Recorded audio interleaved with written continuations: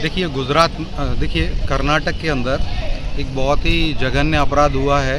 स्वतंत्रता के पश्चात ये 75 वर्ष हो गए, उसमें पहले ही ऐसी घटना हुई है जो जघन्य घटना है।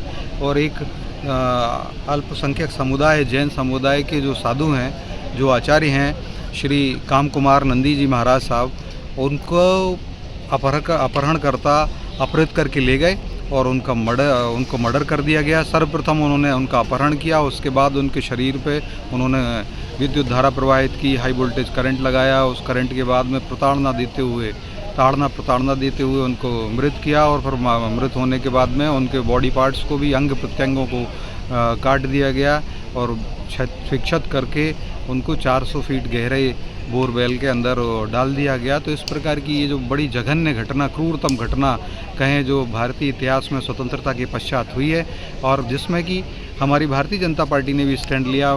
केंद्रीय मंत्री माननीय प्रहलाद जोशी जी ने भी कहा कि इसमें सीबीआई जांच होना चाहिए। और ये कांग्रेस की सरकार की तुष्टीकरण की इसमें झलक दिखती है कि एक समुदाय जो है, एक अल्पसंख्यक वर्ग जो है, जैन समाज, उनके लिए सीबीआई जांच नहीं हो रही है, सारे तथ्य सामने नहीं आ रहे हैं। दूसरी ओर उसमें जो पकड़े गए अपराधी हैं वो एक वर्ग विशेष से आते हैं, मुस्लिम संप्रदाय से आते हैं, उनके लिए संरक्षण देने का काम कांग्रेस की सरकार कर रही है। और अन्य संस्थाओं ने भी उसमें विरोध प्रकट किया है।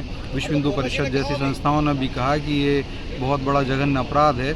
उसके साथ साथ ही भारतीय जनता पार्टी के हमारे प्रदेश के अध्यक्ष, कर्नाटक प्रदेश से श्री नितिन कटील जी, उन्होंने भी उस पर प्रतिक्रियाएँ दी है और सीबीआई जांच की मांग की है। इसी प्रकार से जो पूर्व मुख्यमंत्री हैं कर्नाटक से, बासवराज बोम्मई साहब, उन्होंने भी विधानसभा के अंदर बहुत पुरजोर तरीके से इस बात को रखा और वहाँ पर भी सड़क से लेकर विधानसभा तक संग्राम किया। और साथ ही साथ कहा है कि सीबीआई की जांच होना चाहिए।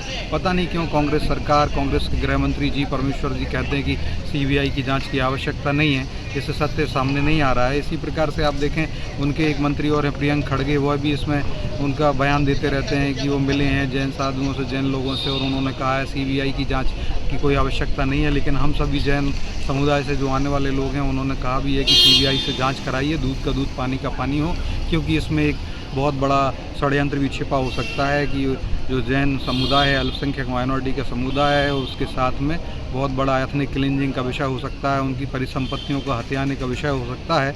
तो इस पर बहुत बड़ा स्टैंड भारतीय जनता पार्टी की कर्नाटक इकाई ने लिया है, केंद्रीय मंत्री जी ने लिया है और हम सभी ने भी लिया है, सारे लोग। लेकिन कर्नाटक की सरकार अभी भी सो रही है और अपराध को बढ़ावा दे रही है। कर्नाटक की सरकार को तो यह चाहिए कि वो केंद्र को एक पत्र लिखें, गृह मंत्रालय को एक पत्र लिखें कि इस विषय में दूध का दूध पानी का पानी हो, साफ स्पष्ट सभी सामने आ जाए, सारे तथ्य षड्यंत्र सामने आ जाए और सीबीआई की जाँच का आशय पत्र कर्नाटक की सरकार को देना चाहिए, केंद्र सरकार के गृह मंत्रालय को, जो कि अभी तक उन्होंने नहीं किया है।